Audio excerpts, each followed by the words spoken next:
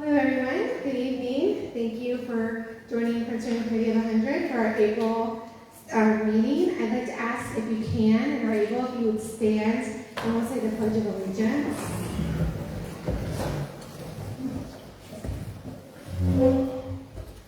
Allegiance to the flag of the United States of America and to the republic for which it stands, one nation, under God, indivisible, with liberty and justice for all. Thank you so much.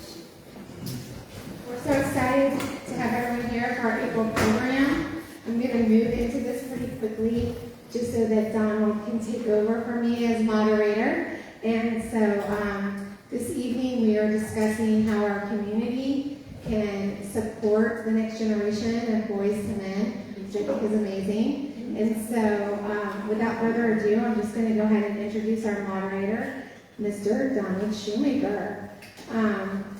Donald has been on the Committee of 100 for 4 years and has served on the Planning Committee as a representative of Manassas Park. He's a mid-year professional with over 20 years of customer-focused experience at the United States Postal Service. He served 19 years as a local union steward, resolving contractual disputes and disciplinary grievances in hundreds of cases, when many of them resolved before the formal grievance process. He worked on cases of employee misconduct, vehicular accidents, and contract and postal manual interpretations, among a wide portfolio of topics. It's very impressive, Donald. Donald led the digital transformation of all 35 rural routes in Manassas to a new pay system based on location and work duties.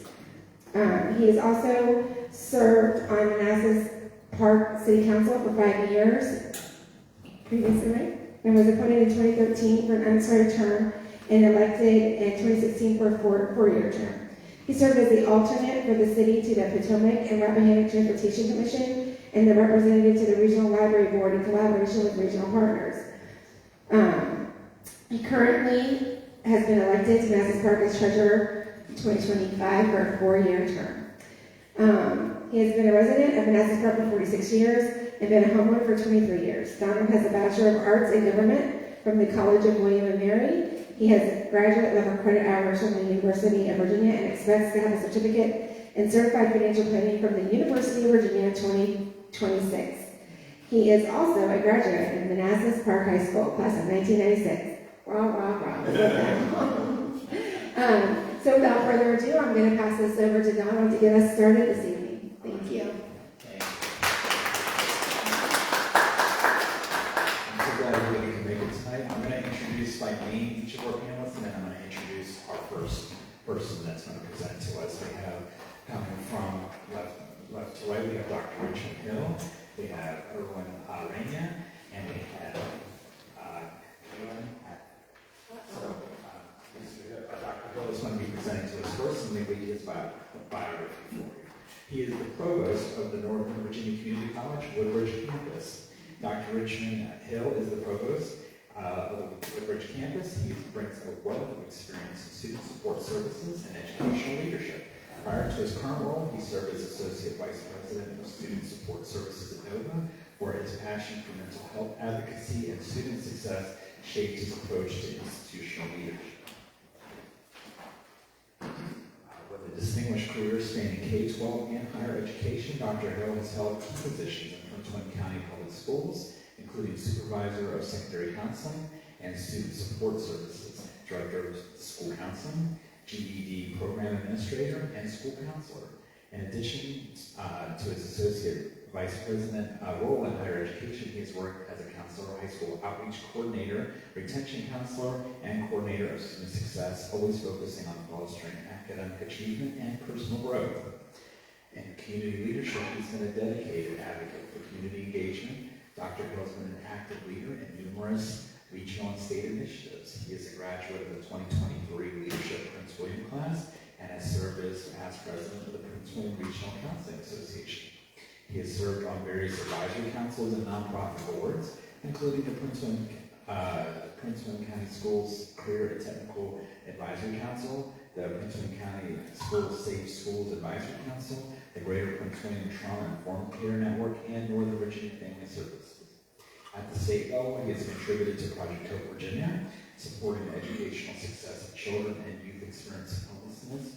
His leadership in mentoring and professional development programs has had a lasting impact, particularly in advancing opportunities for young men of color. Recognized as a thought leader, consultant, and researcher in educational equity, mental health, teacher evaluation, student retention, and expanding pathways to college, Dr. Hill continues to make significant contributions through service, innovation, and strategic collaboration. He earned his bachelor's degree in psychology and master's degree in counselor education from North Carolina State University, followed by his doctoral degree in higher education administration from the George Washington University. And I present to you Dr. Hill.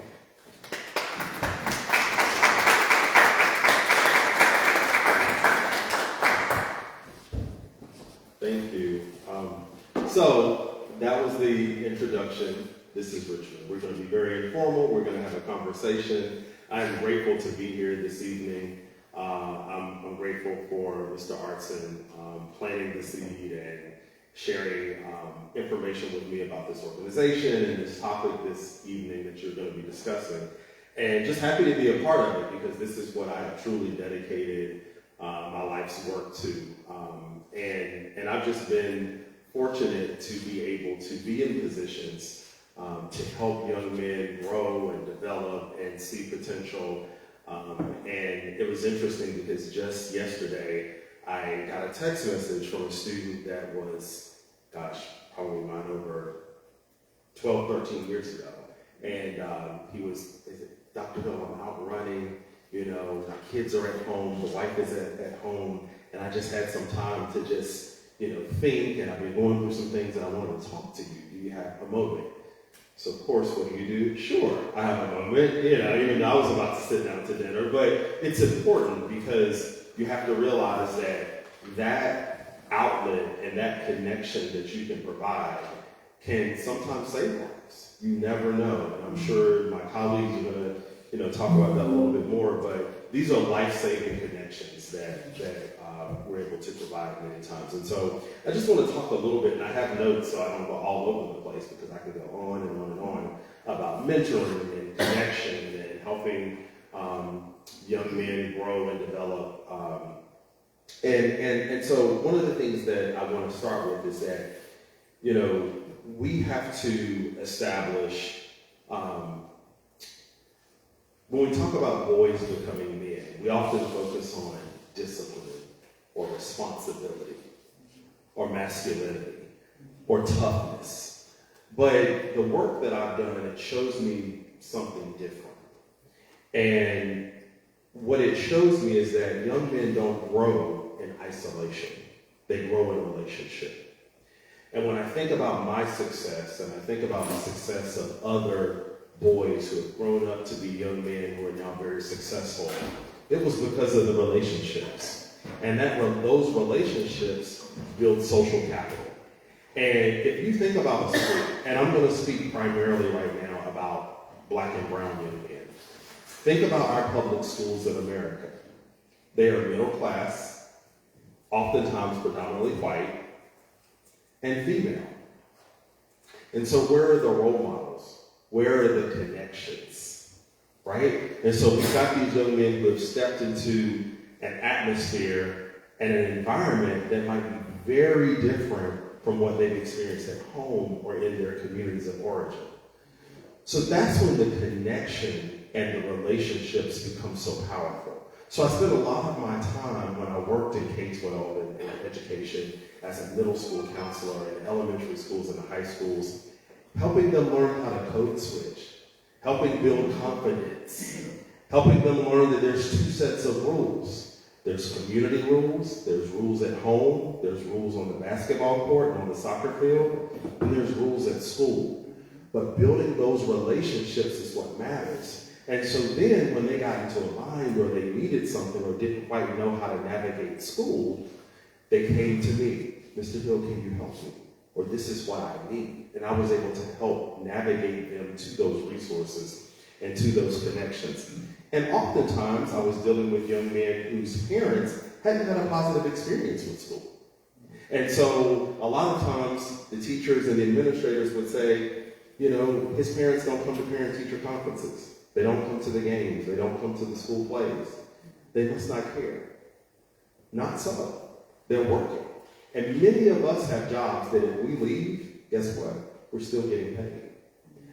A lot of the young men in our community, their parents, when their parents leave work, there's no pay. They do this and leave. And when they come back, right? Many of us don't even know what I just did. I haven't done that since I was in a high school job. You clock out and you clock in, right? And so I spend a lot of time talking with administrators and teachers. It doesn't necessarily mean that just because they're not here, they don't care, right? There might be some things that are standing in the way that prevent them from getting here, but they trust us and they're believing in us and they're saying, I'm giving you my son to help raise, to help develop and guide. So the power of relationships, one connection can change trajectory.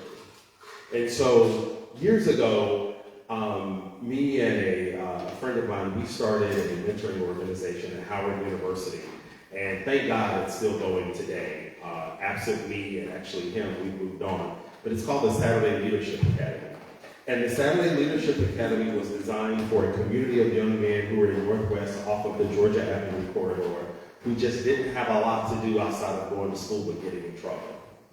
And we were so concerned, and they said, and I was a part of 100 Black Men of Greater Washington at the time, and they said, we need some resources for these young men. You all are successful. You found your way. And we went to a community forum, and they said, what are you going to do for our young men? And they looked at me and Dr. Gresham as the two educators in the room, and they were like, Richmond, Durant, figure it out. And so we started the Saturday Leadership Academy. So they spent half days with us on Saturdays at Howard University on campus. Game changer. Why? You know what they saw? People that looked like them going to class, studying, having a good time, talking to them about careers, talking to them about their education. To this day, there was one young man who designed the first t-shirt for the academy, Ryan White, still in touch. Gone on to do amazing things. This is over 20 years ago. So that connection still lasts.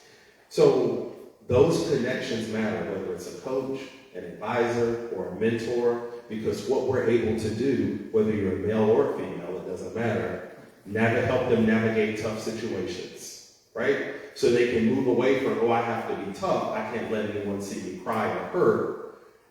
Right? Yes, you can, and we can talk about it, and I can help you build that bridge to get over.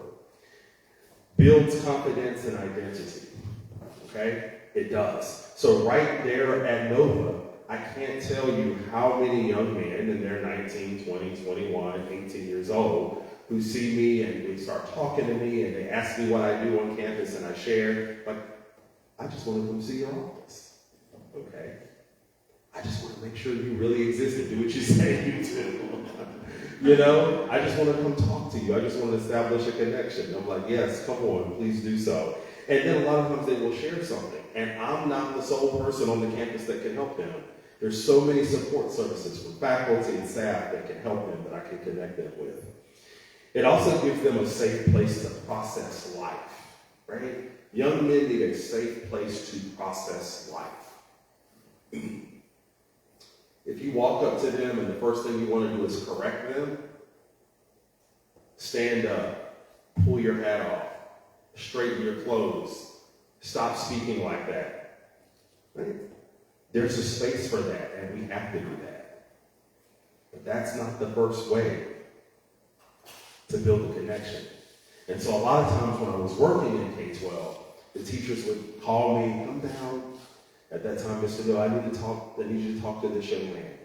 And I would talk to them, and they come back in class, and they come back and have it together, and be a little more focused and better behaved. What did you do? What did you say? And I would tell them what I said. Well, I've been saying the same thing. We just said it a little differently, right? So where you may have, right, you've got 30. You sent me to talk to that one. So we're going to walk down the hall. We're not going to face each other. We're going to be side by side. And we're going to have a conversation about the behavior, right? And what it takes to appear serious in the classroom. And what it takes to make sure that you don't have a target on your back because of your behavior, right? And what is it that you're experiencing that we need to discuss? So in my research, in my dissertation research, and I will not do a debrief of that, many pages, but significant relationships in the young men that I interviewed, significant relationships were not optional. They were essential to success. The young men who succeeded could point to someone who guided them, checked them when they were wrong, and supported them along the way.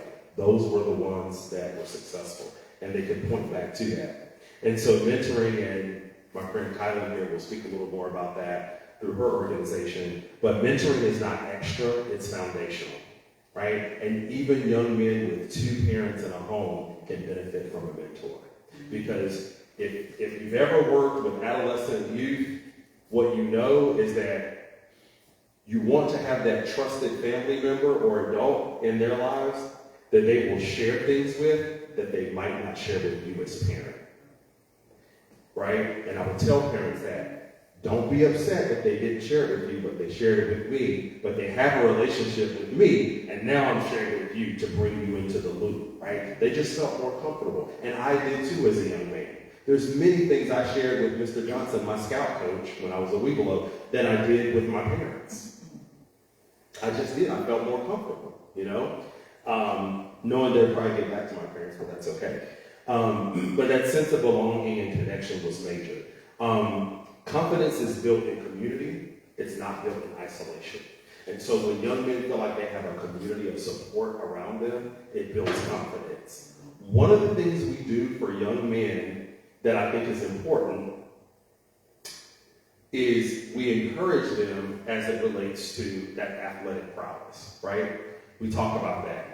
Your game, your sports, all of that.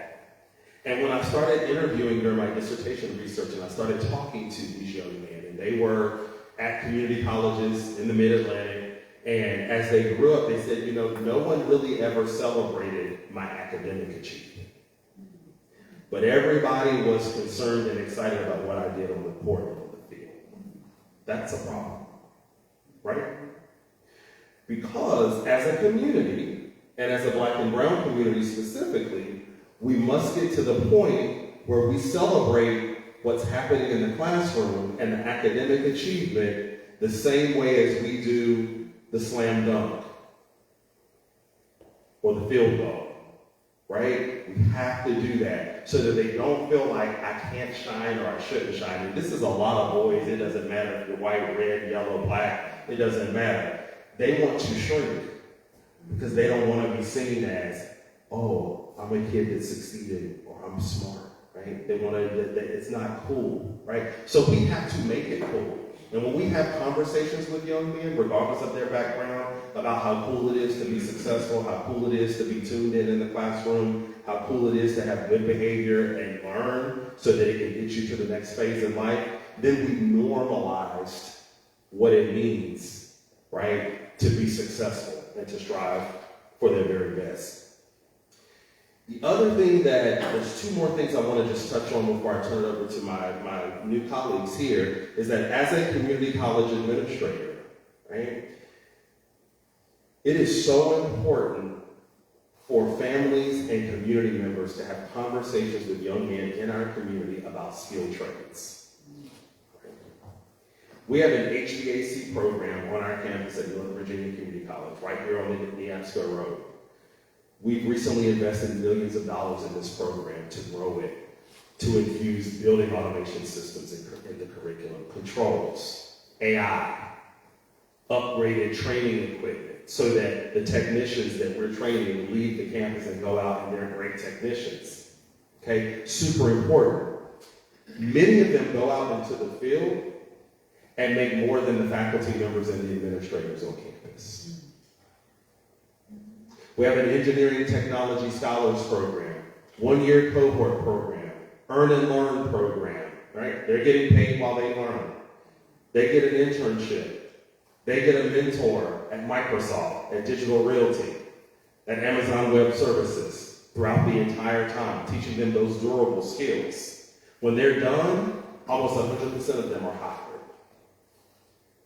making wages that nobody in their family ever made, with a certificate in a skilled trade. And so Fernando, who recently finished the cohort, is now with Digital Realty. He said, guess what, Dr. Hill? They're going to pay for me to finish my associate's degree. Awesome, Fernando. He's like, but guess what? It gets even better. When I'm done with that, they're going to pay for me to finish my bachelor's degree. And guess what? There's a management training program that I can participate in. And guess what? This changes the trajectory for my family right here in Prince William County. And guess what? Dr. Hill keeps going. I don't have to leave the region, right? Many of our young people here, the reason they don't leave is because we're resource rich. But we've got to make sure that the young men in our community are able to connect to those resources. And so we've got to start talking about skilled trades as not a backup plan. Yeah, for so long we've talked about that to young men. Is if you can't go to college, you can go and be a plumber. You can go and be an electrician. And I want you to think about the last electrician. Let me just be real. I'm going to tell you about the last HVAC technician I called to my house. Cost me $250 because he came on the weekend, which is what they call a peak time or something like that. And all I had done wrong, I can't believe I'm saying this on Facebook Live, I went to the utility room, and you know that little red switch? I was cleaning it out and I cut it off. I was like, why's my unit not working? Right? It's not working. I'm looking at it. He comes in there, right? And this is a discount. Because this is someone who's in my HVAC program who refers me to him.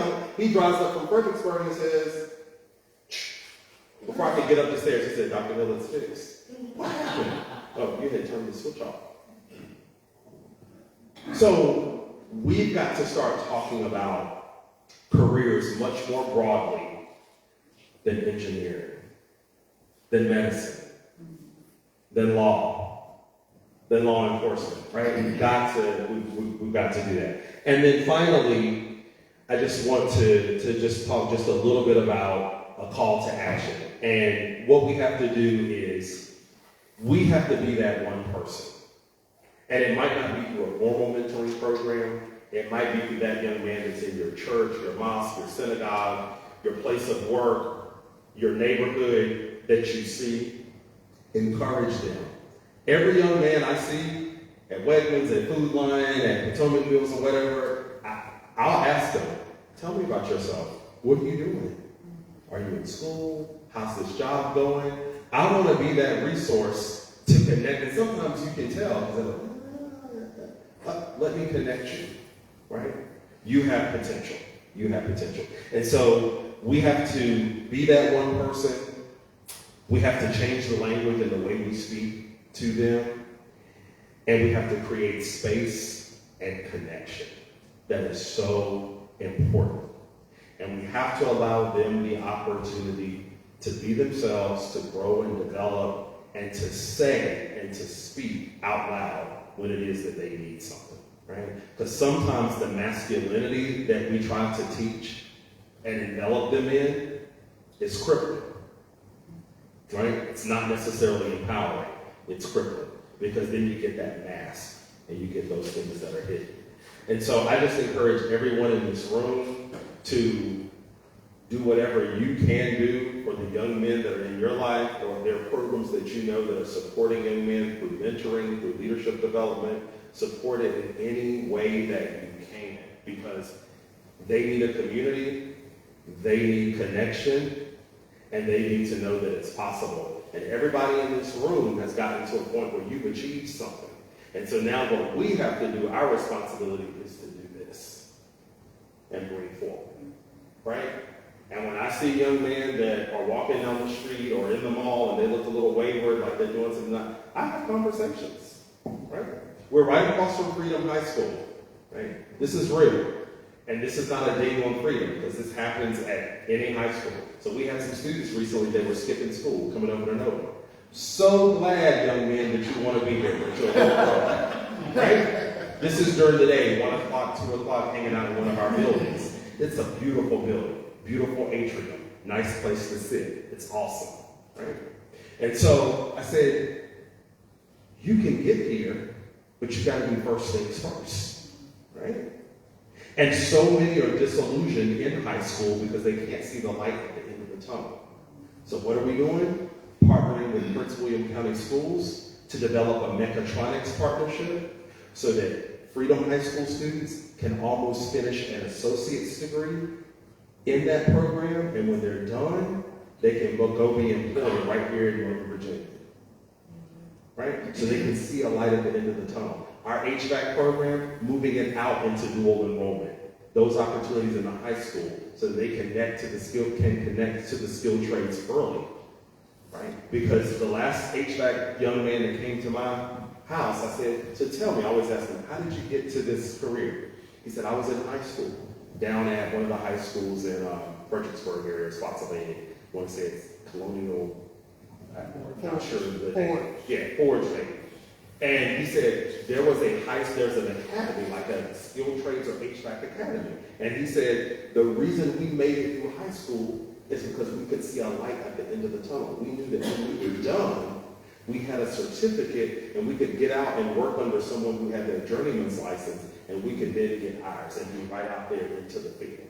And that was inspiring to us. We weren't looking to go to college. We were looking to finish high school and go to work. And so whatever aspirations of the young men that come your way, whatever they may be, let's encourage it, let's push it, let's connect them to resources, and let's let them know that they matter, they're seen, and they're heard. So thank you for your time.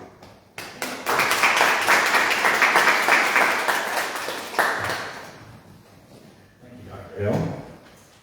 Our next presenter is going to be Erwin Arena. He's a licensed clinical social worker. He's a veteran and a founder of Holistic Functional Wellness Center, PLLC. He was born in, you're going to have to help me with the city, Cuauhtémoc, Ecuador, and raised in the Bronx. Erwin's journey is rooted in resilience, service, and a deep commitment to empowering others. Coming from a low-income immigrant family, he witnessed firsthand the sacrifices required to create opportunity, which continues to shape his work today. At 18, Erwin enlisted in the United States Marine Corps, where he served 12 years. His military career took him across the globe, including combat operations and Operation Iraqi Freedom. These experiences strengthened his leadership, discipline, and passion for supporting individuals through high-stress and transitional life phases. Following his military service, Erwin returned to New York City to pursue higher education at Fordham University, where he earned both his Bachelor of Science in Psychology and a Master's of Social Work with a clinical concentration and leadership focus. During this time, he worked extensively with nonprofit organizations, supporting underserved communities and assisting veterans in their transition to civilian life. In 2015, Erwin relocated to Alexandria, Virginia to work with the NFL Players Association, helping professional athletes navigate the transition from the NFL to life beyond sports. He later spent over 7 years working in acute care settings, including the Inova Health System and HCA Healthcare, as well as in community-based crisis intervention services across Fairfax County. His clinical work focused on supporting individuals with severe mental health conditions, including adults, adolescents, and children in high acuity environments. After obtaining full clinical licensure, Erwin transitioned into private practice, where he continues to provide outpatient mental health services focused on stability, resilience, and long-term wellness. In 2024, he founded Holistic Functional Wellness Center with a mission to integrate mental health care with lifestyle interventions, emphasizing movement, routine, and functional wellness as essential components of healing. Erwin brings a unique, integrative perspective to his work, combining clinical experience with lived experience, and remains dedicated to helping individuals achieve sustainable mental, emotional, and physical well-being.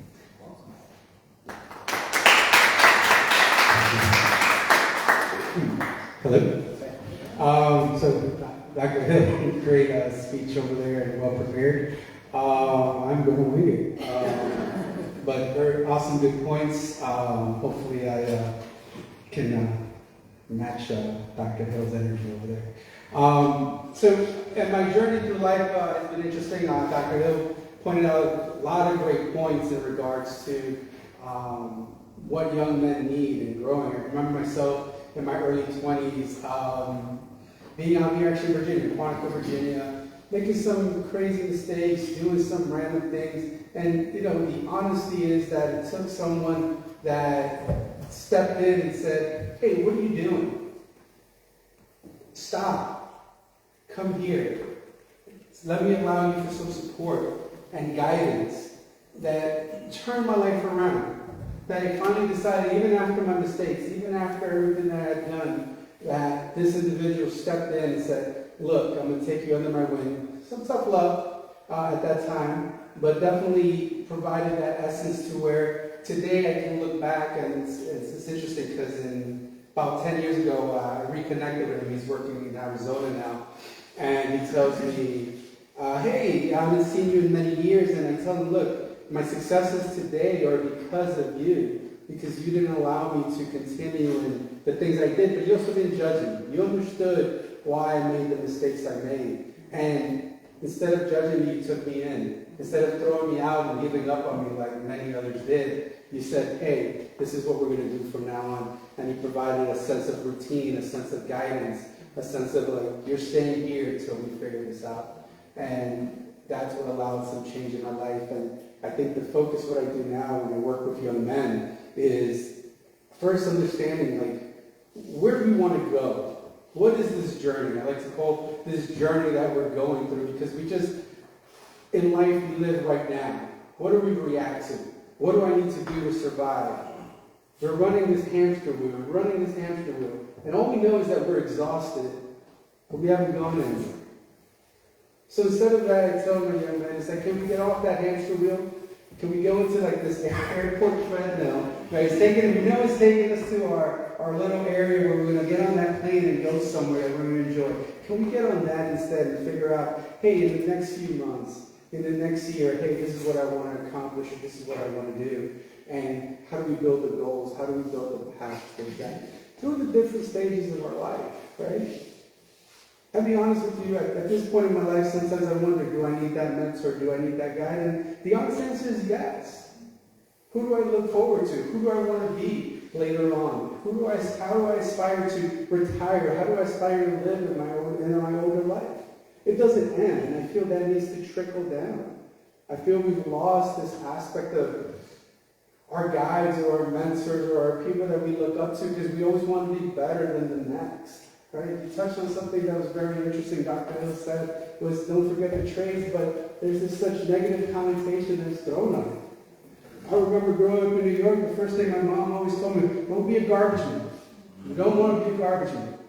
And I was like, oh, of course, I don't want to sell. I don't want to be doing trash. She wants to be a garbage man. And even to this day, my wife would be like, throw away the trash. And I'll be like, no, I ain't doing it. Right? So I think I still have that aversion. And I moved back to New York, 2009, I moved back to New York, and I was hanging out with my friends, and I met this gentleman, great guy. He was about 40, he was retiring from New York Sanitation at the time. 40 years old, retiring from New York Sanitation, with a pension at that time, 140 grand, retirement at 40, that's it. Still at 40, so much more life to live and do.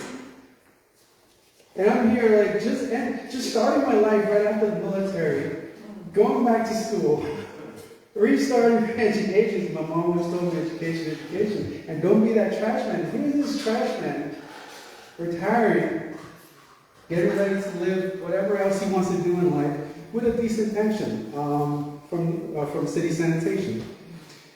So, long story short is, Dr. Hill's right. We put so much emphasis on certain things instead of taking a step back and saying, hey, what is it that this person needs? What is it that this person's good at, right? Hey, let's start with education. School is good. One aspect that I see in a lot of schools, we've taken a lot of things out of regular school, right? Like home ed, just other types of programs that are just not just sitting at the desk and staring at a lecture. I don't know about you, but I can't sit in an 8-hour lecture. My attention span goes away. I start to bounce around, and I'm grown. That's me today. So I can't imagine a little kid, we're telling a little boy, or a little girl at that, hey, just sit here for 8 hours. After you wake up early in the morning, probably have bad sleep the night before, probably haven't eaten right because you probably didn't eat breakfast, leaving the house because you were rushing, your parents were rushing. But now we're telling you to go focus in school and learn, but we don't allow those spaces where we can just pretty much burn that energy. So part of the work that I do too is what I'd like to call triaging what the initial issues are.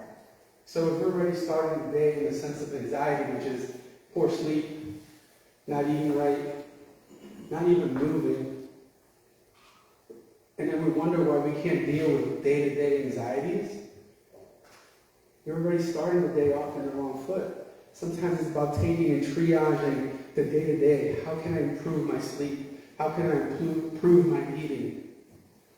How can I improve just moving? And why is all that important? I'll say I got to my 40s and I realized that I'm only going one direction in life. How do I want that to be better? How do I want to move better in my 50s, my 60s, my 70s? How do I want my cognitive processing to be better in my 40s, 50s, 60s? It's based on what I do today. So why is this important? Why? Because this is what we should be teaching our kids. But we teach our kids to be just as stressed out as we are. Their emotional regulation is matching ours. We talked about modeling earlier. I mentioned modeling. Consistency. Yes, correct. A kid doesn't know how to open the door for somebody, but if we teach them that, hey, this is how you open the door. Hey, this is how you do this. Hey, this is how you improve your sleep. Not just yell at them, go to bed and sleep.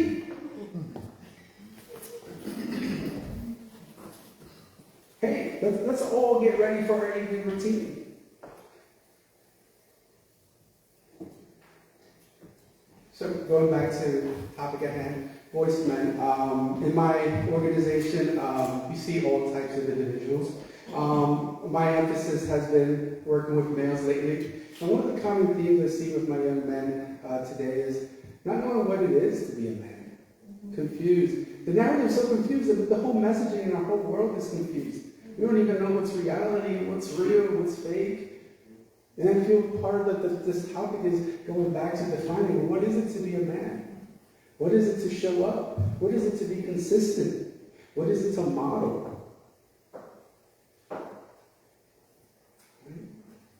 What is education? Education can stem from so many things, just from showing up.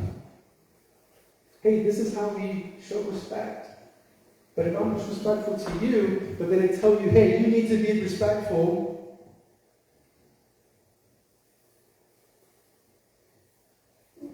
it's not going to happen. So it starts with us. It starts with me showing up and saying, hey, good morning, how are you?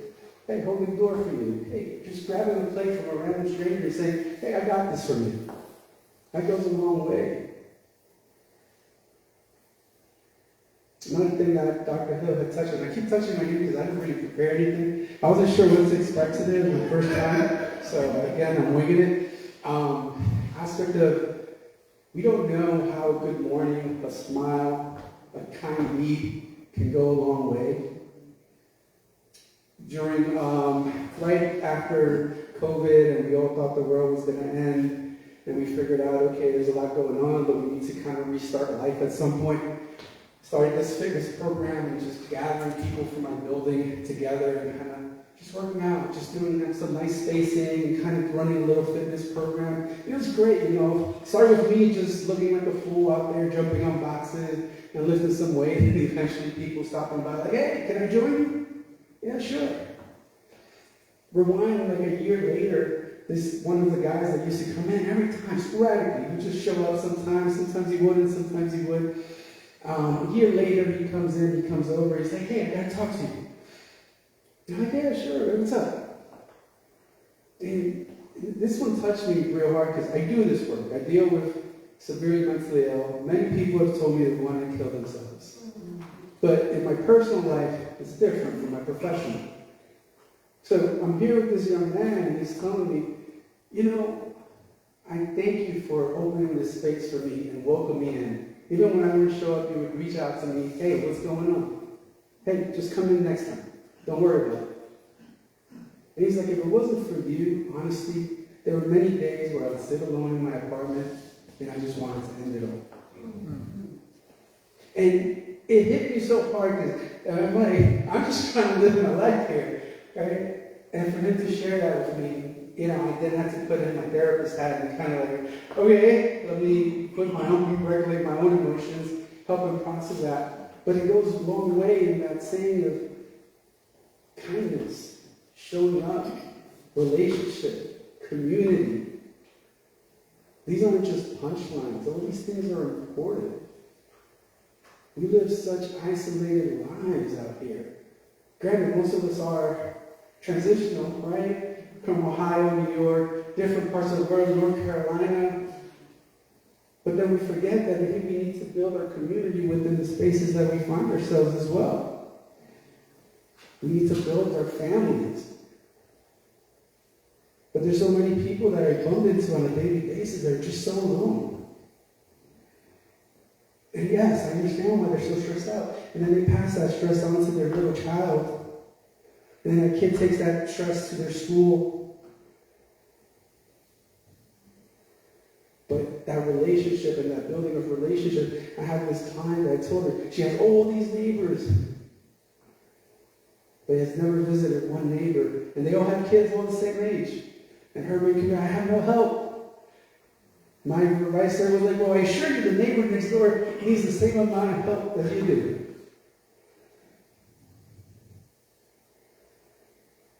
Why is that important to this topic? Why? Because we have to show, we have to model, we have to be consistent. The messaging has to change. We have to be present. We have to stop living in this reactionary mode that we always find ourselves in. And kind of think, hey, how is my action today going to impact me tomorrow, or 6 months from now, or a year from now? Yes, I understand planning way out into the future is complicated, but if we don't even know the road that we're taking, or why we're taking it, we're just back in that hamster wheel and wondering why we're so exhausted. I don't know about you, but I'm tired of being exhausted. I'm tired of all the noise, but we stop the noise by being together and understanding, hey, this is what we accept, this is what we know. This is truth because we believe it. Some may call that a cult, but that's not what I'm talking about here. Okay? What I'm talking about is combining everyone, different thoughts, different ideologies, different cultures. I feel we're a melting pot, and that's what we need to instill into our young individuals, because they become so isolated. These young men, I need to be like, the name just escaped my mind. One of my young clients told me, the guy from New Zealand, he's in New Zealand, the podcaster, boxer, UFC fighter, does a lot of podcasts. I forgot his name. And you're on that Facebook Live, so I'm not even going to say his name. So,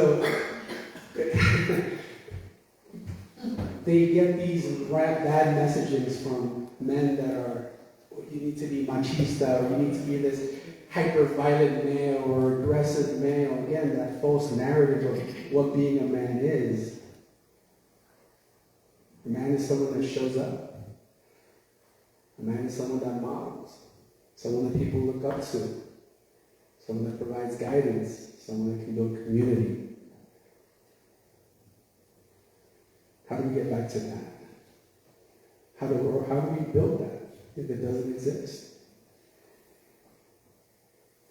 So, with that, I think it comes to mental health practices, individuals in leadership, groups that provide these aspects of mentorship, big brothers and big sisters, which honestly I didn't even know still existed. I think that was mentioned earlier. I've heard of it growing up, but definitely these are important groups and things that we need to build upon. But not just for for boys, for young men, for everyone as we go through life.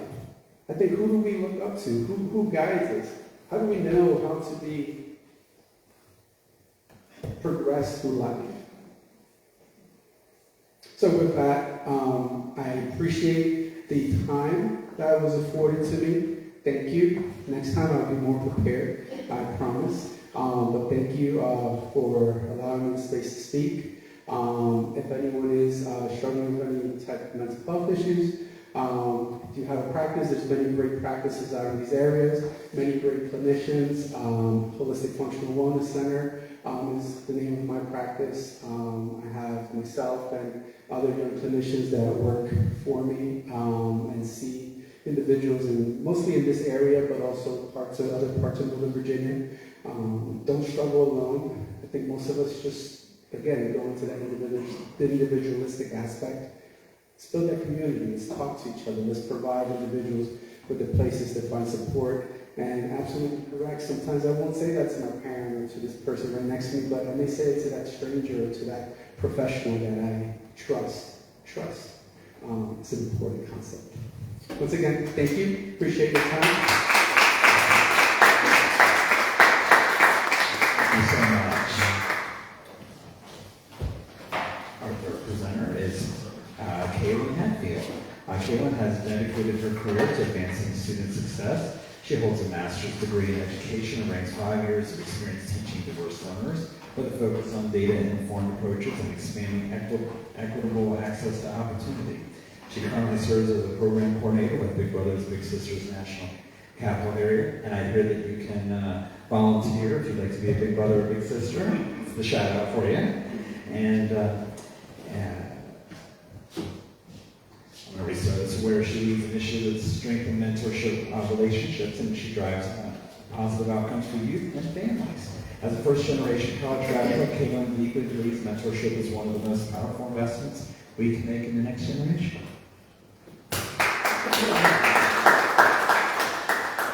hi everyone. Thanks for having me here tonight. I'm a little nervous to do something like this, so hopefully I can follow along with what I've prepared here. But I think the biggest part about being here tonight is being involved in the community discussion about our youth. Because in the heart of all the discussions that we're going to have tonight, and the conversations, I think about a young person thinking and asking, do I matter, and does someone else see my potential? I might have over-prepared a little bit for tonight, and I did a little bit of reading from the book, and so one of the things that the author spoke about was the purpose gap. And so we know that boys and young men, they have challenges in education, identity, and opportunity. And so with that, when we're thinking about the challenges and those gaps that they're having, it's not about a lack of potential of our youth, it's about a lack of access, support, and connection. So we know when youth do not have the social capital, it does impact their life's trajectory. And so kind of when I think about my own personal experiences and my professional experiences, mentorship has really changed that for me. I kind of grew up in a really unstable background, and honestly throughout my entire life I struggled to have foundation. And so when I was making these mistakes, I kept hearing over and over again in my brain all the remarks of people who kind of predicted my failures based on where I came from. And so that was really hard for me to overcome, but luckily I had a support system of many caring adults who I met along my journey, and I continue to meet today. So I kind of am asking you right now, kind of take a second and think about someone who helped change your life. Someone who really believed in you, gave you guidance when you probably didn't want to hear it. And I know many of my littles, they talk about, oh, well, he said that, and it's not really important. And I'm like, okay, we'll come back to it in 5 years, and we'll see if it's important enough. So as a woman working in youth development and with mentorship, there's a lot of takeaways that I see. And so when it comes to boys and young men, they don't just need male role models. They need a support network, and that includes women. So a common trend that I see working at my organization is that the people who are reaching out to us are women. Moms, grandmas, aunts, social workers, teachers, youth leaders, you name it. And they all kind of have a common hope. And I can say it word for word, and I'm sure many of you have said this before too, and it's, I hope that he will become a well-rounded young man. And the most special part of saying, like, I hope he becomes a well-rounded young man is that it's honest. It is an honest hope. We're hoping that this child is going to have new opportunities, new perspectives, new experiences that they wouldn't have otherwise had.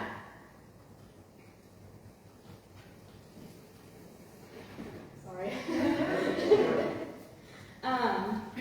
But I think something that was talked on earlier is masculinity, and when that child is trying to develop their most authentic self.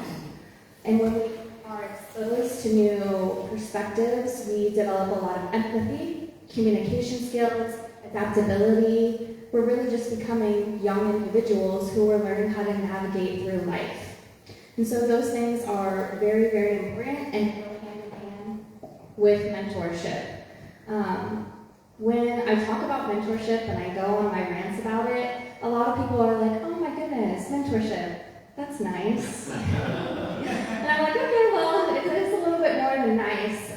It does make a really big impact. So I want to share some research with you. Researchers at Harvard University and U.S. Department of Treasury, they did a 30-year-long study on mentorship. And so there are two statistics that really stick out to me. Mentorship closes 2/3 of the socioeconomic gap for youth who are mentored compared to youth that were not mentored. Additionally, those mentored youth had 15% higher income earnings in their young adulthood. I mean, those stats right there say a lot to me. In 2025, there was another similar study done, and it showed me how much mentorship builds resilience in our youth.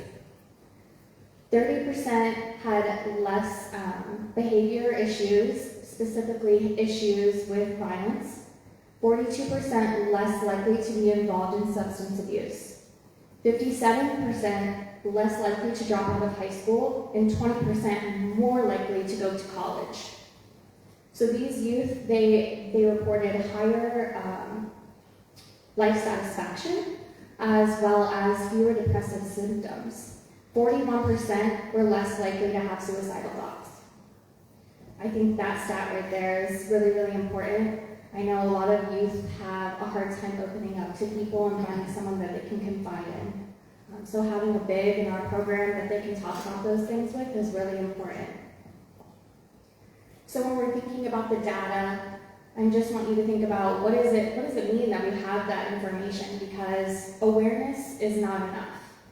Youth stories they carry a lot of weight, and knowing that we can be a part of someone's journey is really, really impactful.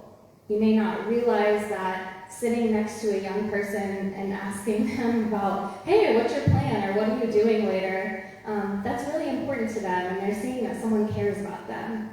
So if I leave you with anything tonight, it would be, there is youth in our community right now, and they are already becoming someone. So the question is not if they are being shaped, but who is helping shape them. So I'll leave it there. Thank you. I'm going to take a moderator's a little bit of leeway, and I'm going to ask a follow-up. Kind of something I heard thematically, at least one thing was each of you touched on connection with boys and men, and with each other in society. And I think women do a great job of going with the girlfriend shop, just having friend networks that I think are pretty strong. And I think a lot of boys and men aren't necessarily being encouraged to do that to the same extent, but you guys could you maybe expand more on it from your different perspectives? You all said the same thing, at least what I heard. Talk about that a little bit more.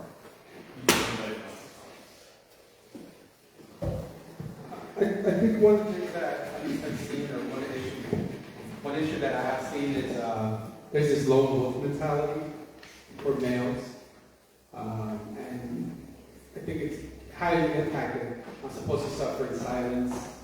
Right? The messaging is very negative.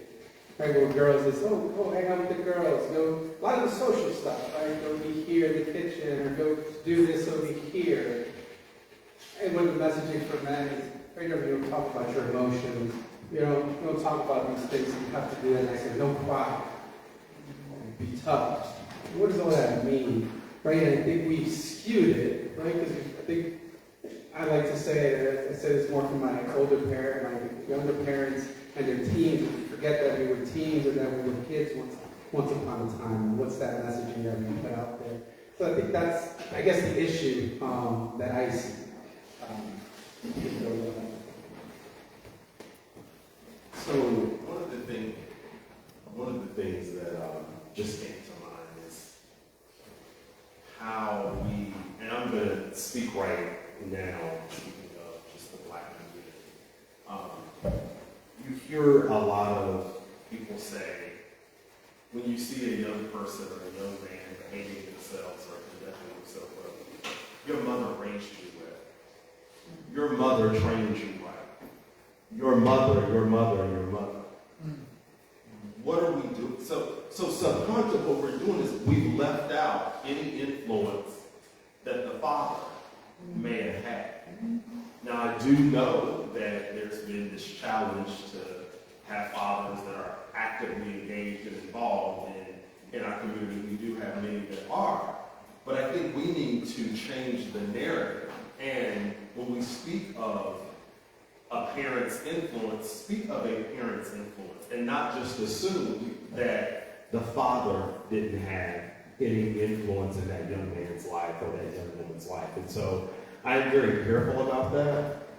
And so I just wanted to mention that I think it's super, super important for us to acknowledge that there are men who are actively engaged in raising children.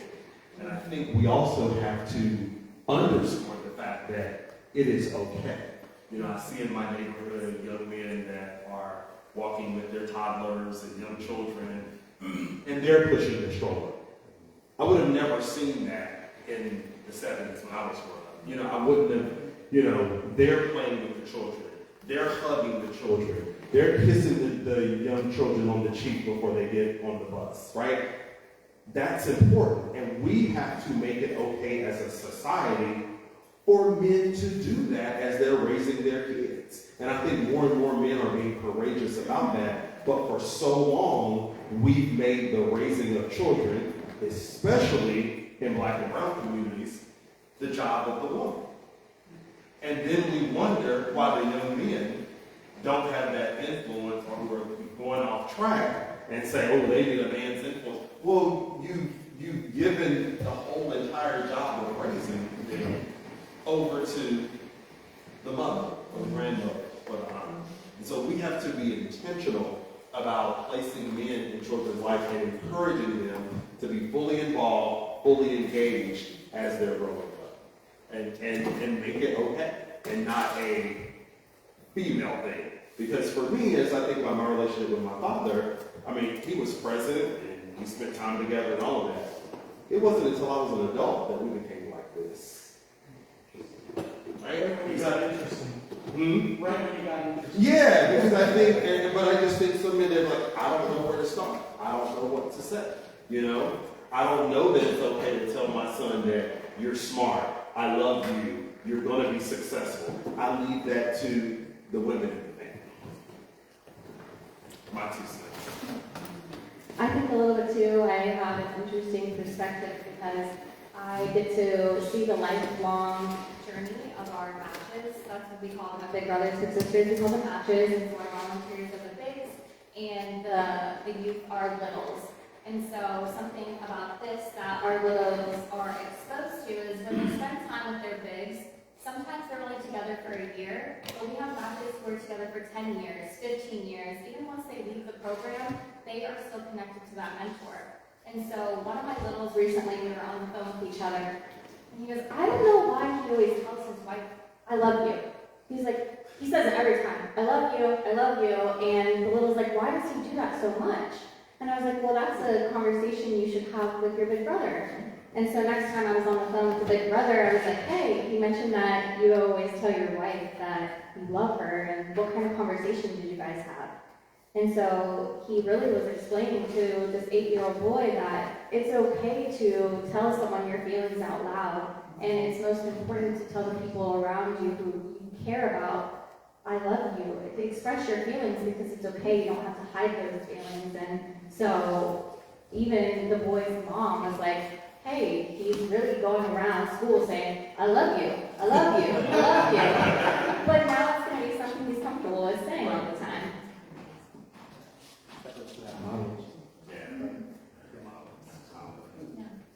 Good questions. We want to open up the questions to the audience. Yeah. Audience questions. Absolutely. Does anyone have any questions that you'd like to ask our panel?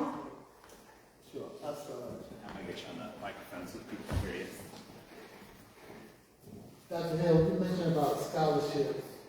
One of the things I noticed, there are different organizations who offer scholarships, but all those scholarships are for college. I never see an organization offer scholarships for trade school, whether it's a church or a civic organization. All the scholarships are for college. Do you think that needs to change, and these organizations need to offer scholarships for college and trade school? Absolutely. I'm so glad you raised that question. I want to, it took, so my fraternity recently, we've always given a scholarship. We've always given a scholarship, to students who are going to a four-year college or university. And then most recently, they decided to become a little more specific in the criteria and in the scholarship itself, and think about, young people who are seeking to attend a historically black college, university, medical school, and then community college came into the picture. And I was so excited that community college was a part of that, because we have to think about the message we send when we as charitable organizations give money and scholarships to students who are going to four-year colleges and universities, but then we don't think about those young men and women who are going to a trade school or seeking a career in the skilled trades, whether it be community college or technical school, private technical school. So I think we need to do more of it, and I think in our communities we need to talk about the importance of the skilled trades. Nobody in this room, in our communities, in our organizations could exist without having knowledgeable folks in the skilled trades to come service your homes, your cars, etc. And so it is super important. And so any organization that is listening or that is here, if you're a part of one, as they're talking about, she's going to talk about what they're doing for the skilled trades, but as you're talking about scholarships, start thinking about not just those students who go to the four-year college and universities that have the 4.2 GPAs, but those students who are seeking a career in technical education and in the trades. And really quickly, today I was so excited. I had a faculty member come and say, my organization down in Fredericksburg, we want to give a scholarship, but while we do give scholarships to our stellar academic, high-achieving students, we want to give a scholarship to a student that's overcome some odds and maybe has between a 2 point whatever to a 3 and et cetera. What do you think? I'm like, that's awesome, because that lets young people know and the community know that your organization is not just concerned about those who have been stellar the entire time they've been in school, but those who may have had some challenges, but also those who have decided, I'm going to go and strive towards a career in the trades. I have a quick comment. Talking about that, I am going to put a plug for my Bull Run Rotary Club. I am Jeremy, what we do my microphone so people on the live can hear. Oh, I think everybody can hear me. I talk pretty loud. But I was just saying that as the president of the Bull Run Rotary, we have for years been giving out awards, not scholarships, but what we call career and technical awards. And this year we will be giving out 5. Last year we gave out 6 to high school seniors in the area, and I'm just really excited about it. The kids, the applications that we get in are just really amazing, and they're across the board. A lot of them are nursing, but some of them are applied design or digital. A lot of them are going into digital and like cybersecurity and things. So yes, many of them are going to college. four-year or two-year colleges, but some of them are also going to trade schools. And I'm really excited about that, and I just want to pass that along. So there is something being done. All right, I have the next question. Hello, everyone. I just want to say a couple of things. I had a question for all three of you. But first, I just want to date myself when they were talking about calling a mother first. If you ever watched Roseanne, remember that show? Remember when the father showed up to the school, they said, "Oh, I thought she was a widow." Everyone, the whole school thought all three kids just had their mother and thought the father was a widow, that the father was dead. And he showed up to the school for an event, and he was like, he was even confused. And that happened to me too. You know, me and my ex-husband, we used to go to school functions, and then they would constantly call me, even though I was in D.C. and they were calling him, they wouldn't call him. I think that's just a fear thing with mothers. But the question I have is regarding religious organizations. Years ago, they used to be very active with young people, setting up role models, mentorship programs, and I'm talking about all religious organizations, Catholic, Jewish, Protestant, you name it. And I just noticed, and I'm asking everyone in here, haven't you noticed that all the religious organizations have drawn back from that? I remember when I was a little girl, it was maybe aging myself, it was a big deal if a girl decided to change her life and dedicate to become a nun. And they don't even do that. It was a huge thing. And they don't even do that anymore. They don't recognize it. It's like, it's a moment thing to do that or something. Do you feel that social media is raising our young people? And also, when it comes to religious organizations, have you been partnering with them? And have you seen a downtrod of organizations doing what they used to do? I know it was a lot. I can start.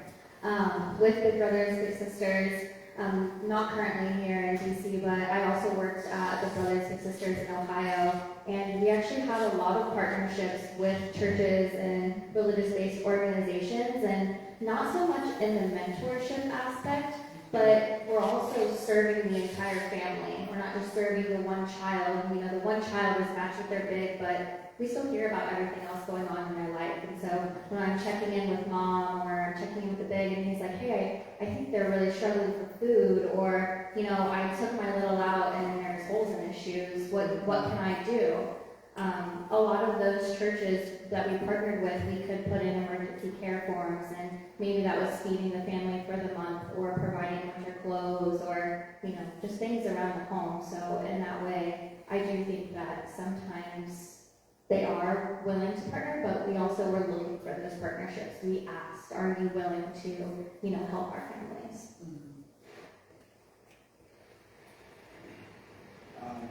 It's definitely a complex question. Is it on? I think it's working. I think it's working. It's a complex question, right? In regards to the concept of faith. I have my own struggles with my own faith, so I think that may trend to maybe possible responses. I grew up Catholic. I went to Catholic school. I went to Catholic high school. Actually, I went to the seminary, and I was going to apply to be a priest and go through a seminary route. I ended up going to the Marine Corps instead. The opposite way. But that aspect is interesting because I've always been in that struggle. Even my university is a Jesuit school, so I've always wanted to go back to that concept of theology. Why? Because there's this concept of values and morals that I feel come from the faith base. Unfortunately, and I don't really feel to respond to one of your questions, I think there's one of my common arguments, which I think social media is raising our kids, right? And I think it's pulling people away from concepts of faith, but I also think a lot of our faith organizations are not revamping their messaging, are not, I don't think it's about the values. I think the values should consistently be where they need to be in the moral aspect, but I think maybe not being as inclusive or a strong messaging where sometimes there was more segregated spaces versus, oh wait, now we are combined, but you can go to certain areas of the country that are, the Bible Belt? There's predominantly black churches there. There's predominantly white churches there. So there still exist these segregated spaces, but up here in the northern areas or northeast areas we're more intertwined. But I think a lot of the negative aspects that come with faith, or what faith may have condoned, or what, I should say what people have made faith say that condone. I mean, you hear the messaging today, right? Headchef was on the news saying how God has ordained the concept of the war today. Right? Well, that's what was reported. But that's what, well, I mean, I just did this. But exactly, I would say whoever just listens and hears the messaging, right? I think that's the most important piece.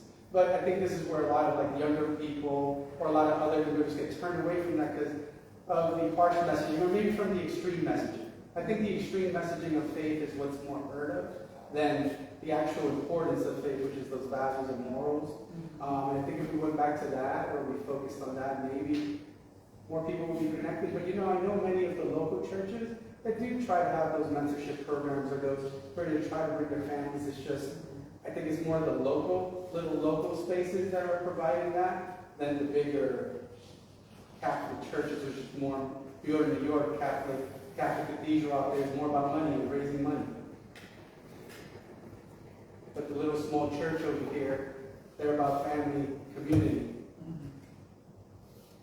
That's my opinion.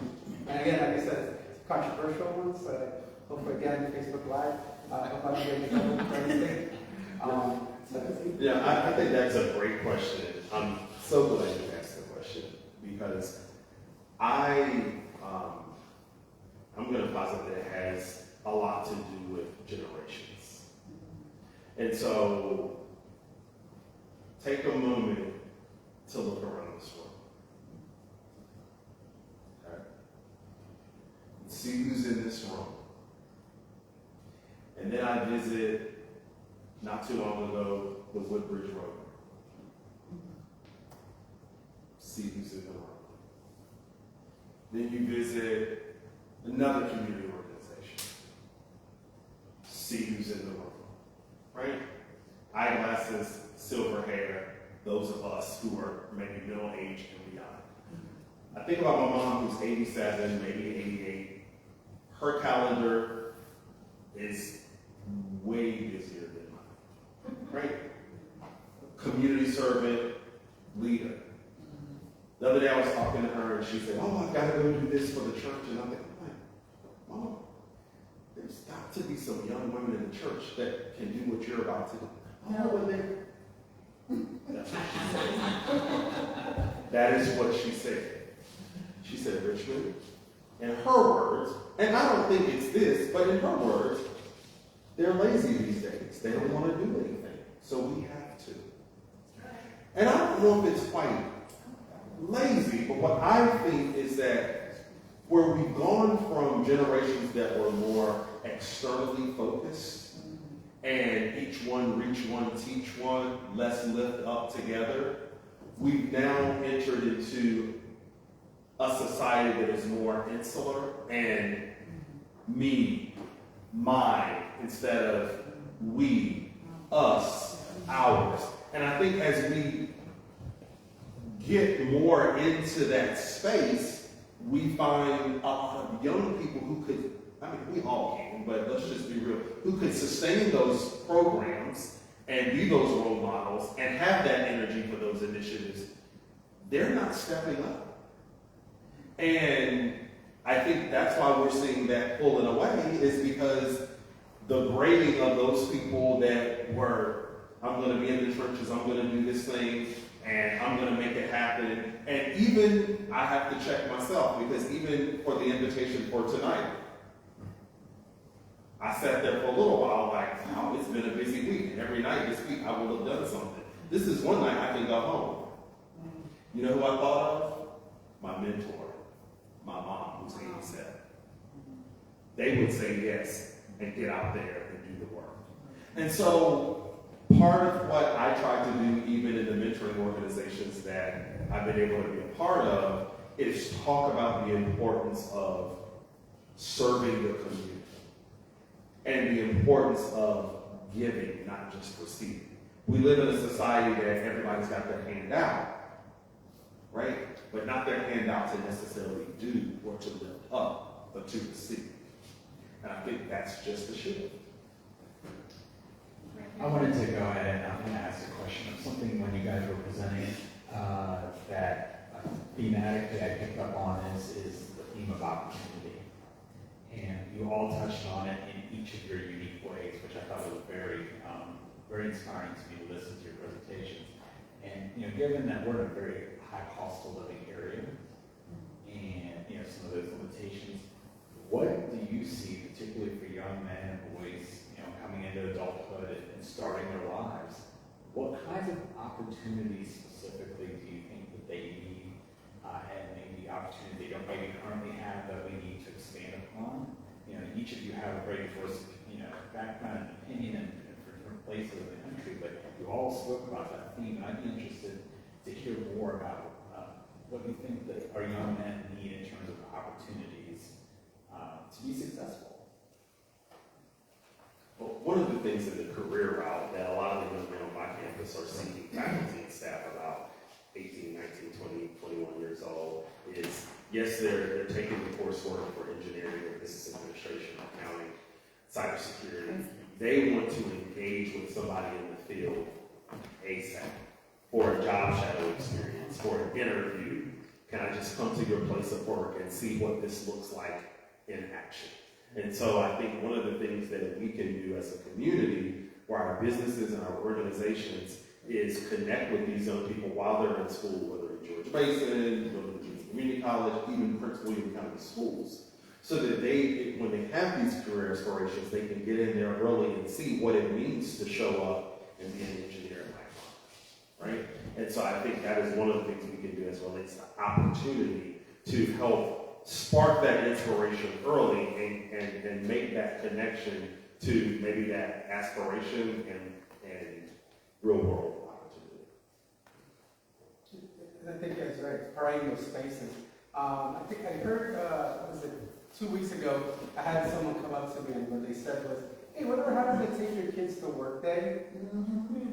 And I think that was like a common theme once upon, even though I was a kid, was take our kids to work day and kind of mingle with everyone. I could see how it could be a little intrusive and maybe a little annoying. But I think they're there, right? Providing those opportunities for, I think, for individuals to be in spaces and learn about them. What is it like to be at a campus?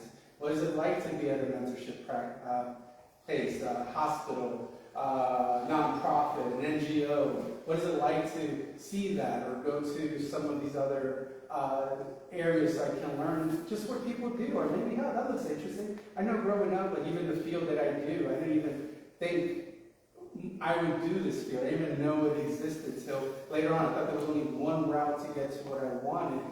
And it took me being at this nonprofit and seeing, wow, what is a clinical social work? Oh, that's what that is. Wow, really? This is the path you can take? This is what you can do. And the only reason I found that is by being in that space.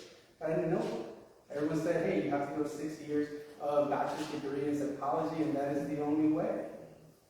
And that's the path I was going until they said 6 years of the psychology degree and the money that it costs to go through that. So, but either way, I think again, opportunity, space, or applying, having these areas where we can bring youth, or we can bring individuals to be exposed to something different.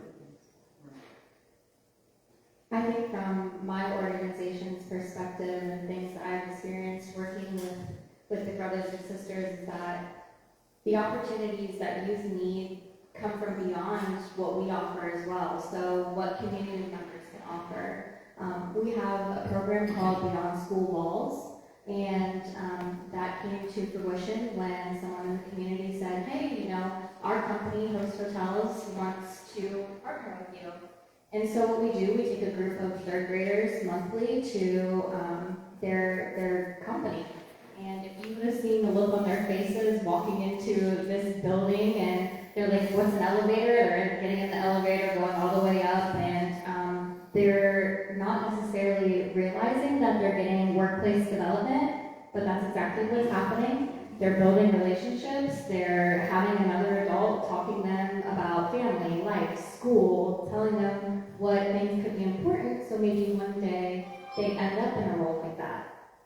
We also have a lot of our volunteers who open up their own businesses to our littles.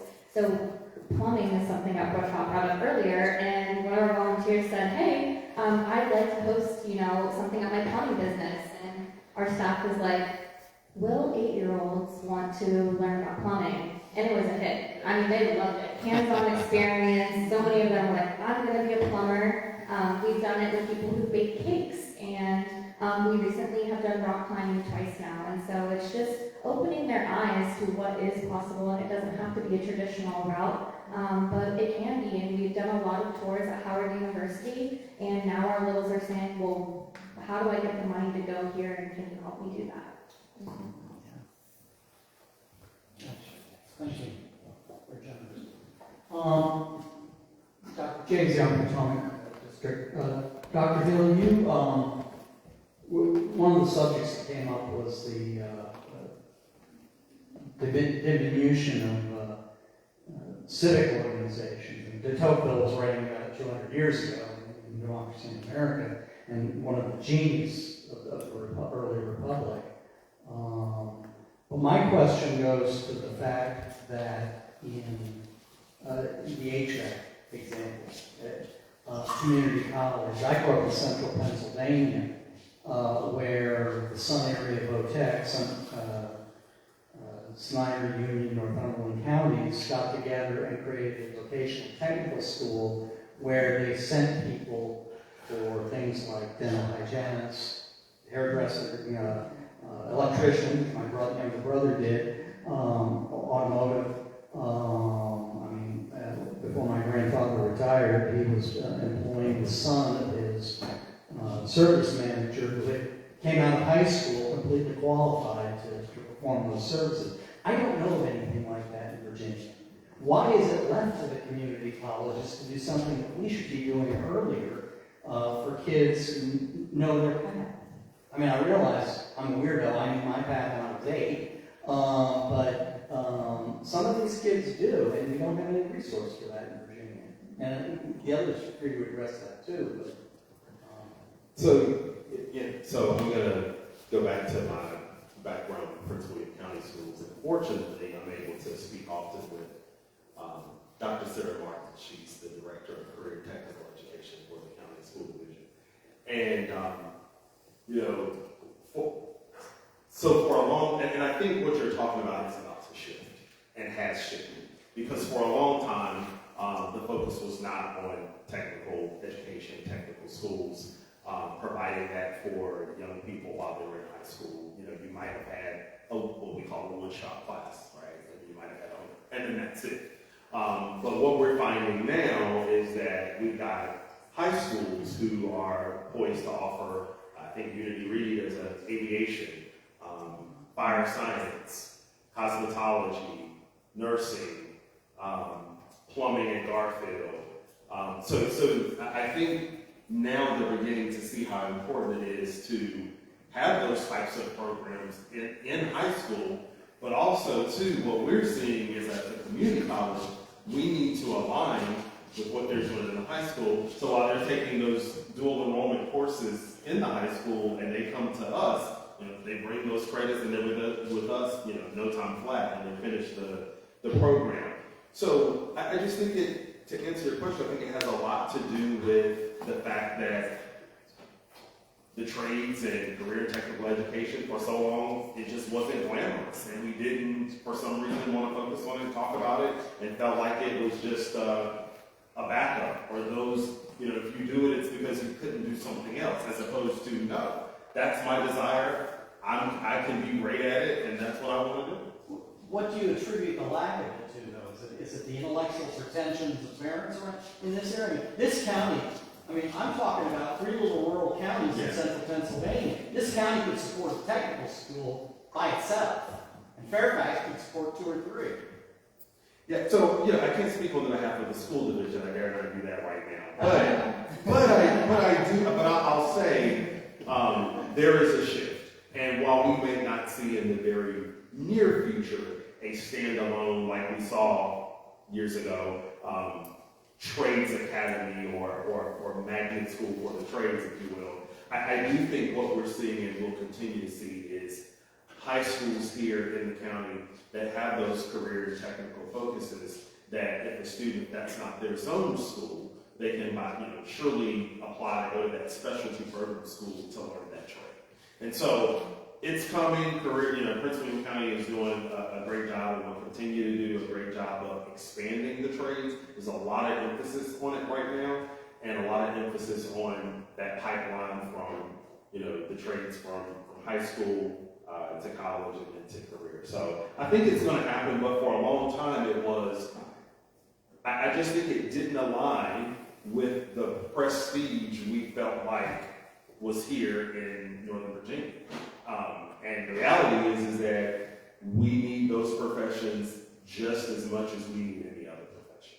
So I think it's coming. I think it's coming, and they're making tremendous strides into, and parents too. And so I was just telling somebody the other day at a meeting, they were talking about a program where we're starting with Freedom High School, where they can start, one of the trades programs as a junior, and then come to us and then complete the program. The key is to sharing these opportunities with parents and guardians. Because if you've got a parent or guardian saying, oh no, don't do that, right? You need to go here. The kid is probably going to be like, well, there's no emphasis here. Parent, guardian just said, maybe that's not a good route. But when we start sharing those opportunities with parents and guardians and start putting some of those salaries in front of them and the tuition that you're going to be spending for a 1 or 2 year trades degree as opposed to a 4-year institution, and then what the ROI is, it's a game changer. And we had an HVAC presentation last year, and there was a parent who was an engineer, and they're saying, I know I needed to come here. My kid has this expertise. I want him to know it is okay. He can come here in this program and leave there making a lot more than his brother did as coming out with a bachelor's in business administration. So parents and guardians help us once they can see the opportunity that exists in the skill trades as well. We have another question over here, and then this is going to be our last question from the audience. Yes. Actually, I have a question, and before that, there are 3 organizations that you may or may not know about. First one, probably not. Down in Stafford County, they had a program for 3rd and 4th grade boys called Boys in Blazers. You can still find it on the internet. If you look up Boys in Blazers at Parkwood Elementary. Second one is Trail Life. This is for boys 7 to 18. It's kind of like the Scouts. There is a girls' counterpart called American Heritage Girls. There are 5 troops in Prince William County. You can look up Trail Life and find out where they are. And the third one is a group called Our Community Salutes. What they do is they celebrate graduating seniors who are enlisting in the military. There are 2 of these celebrations in Virginia, both of them next week, one of them in Northern Virginia at the Northern Virginia Community College, and one down in Fredericksburg. Now, the question I have, and I'm surprised it didn't come up, but the difference between the way boys are treated in our schools and girls. I've seen a lot of things on the internet about, boys need to run and jump and not sit in one place for 8 hours a day. Do you have any comments on that?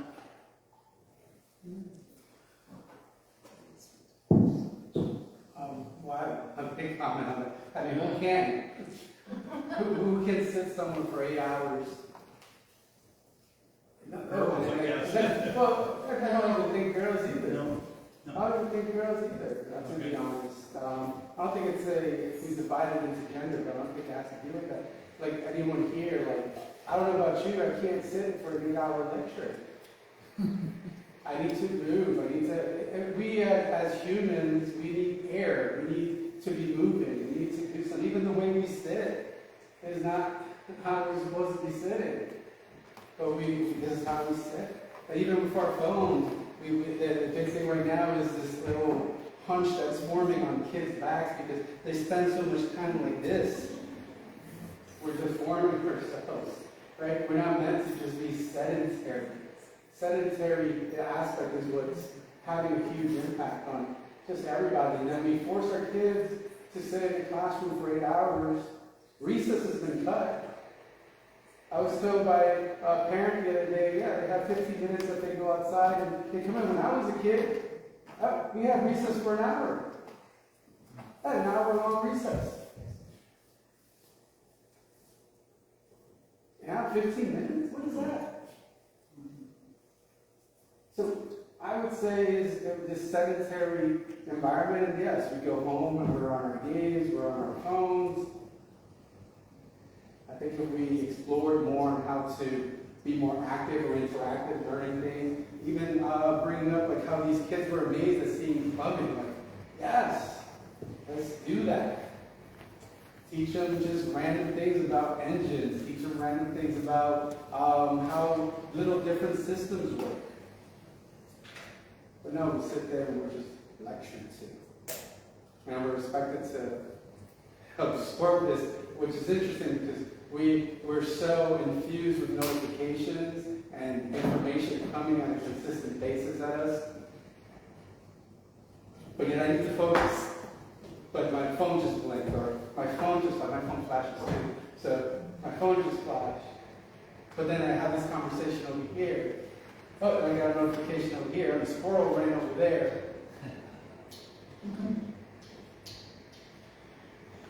So I think what we need to figure out back to, and I think is what I want into that, the stress tolerance, emotional regulation piece of, hey, how do we maneuver through the different spaces of our lives and transition through the different spaces of our lives instead of just, hey, for these 8 hours, we live on an 8-hour day. You know what's interesting? If we wake up from the moment we wake up to the point that we're going to sleep, that's a 16-hour day. But we only focus in on this 9 to 5 schedule that we live on. Because half of it is commuting, half of it is on our phone, half of it is being sedentary.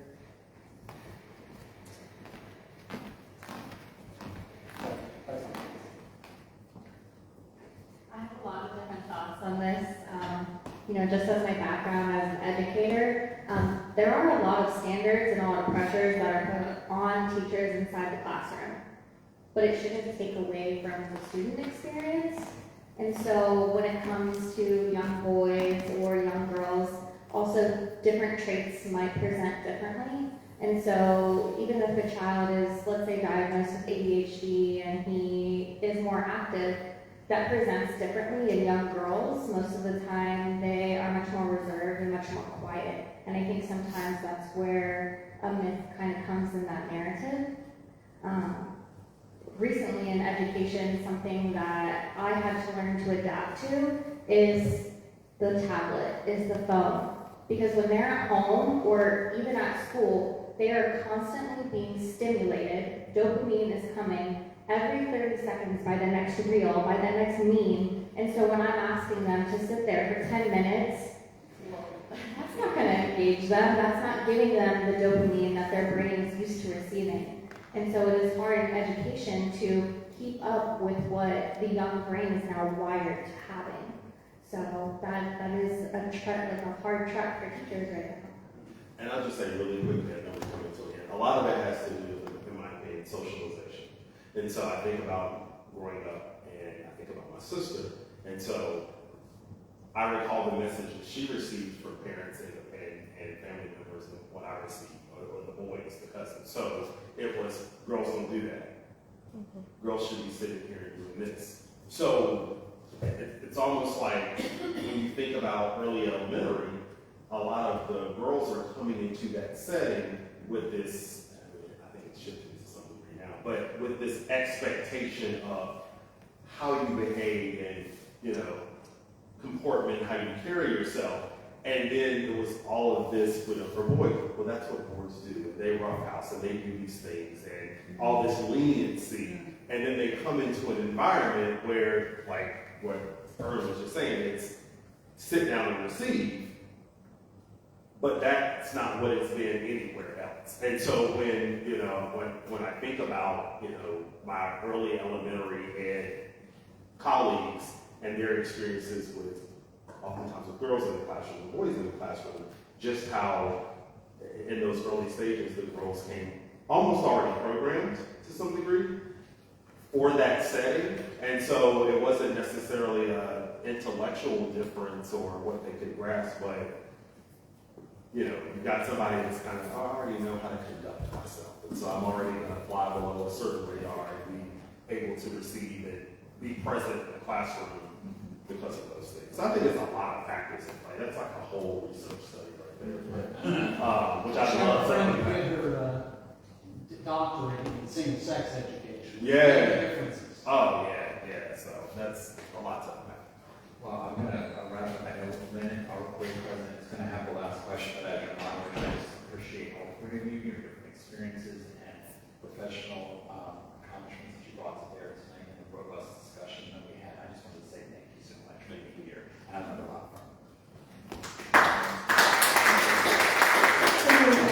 I'm actually not going to ask my question because we've gone a little long, but I do want to just thank you all for being here. I'm going to go ahead and say my little formal speech, but I'm a pretty informal person, and I just think that this discussion has been very enlightening, and we are very grateful that you said yes to share your evening with us this night.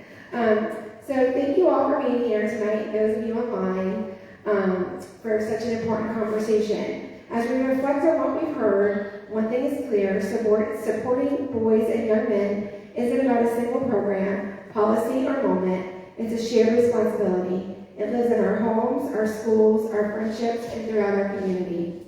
This evening's discussion, inspired in part by Scott Galloway's work, challenges us to think more intentionally about connection, purpose, and opportunity, and how we show up for the next generation, and also for girls.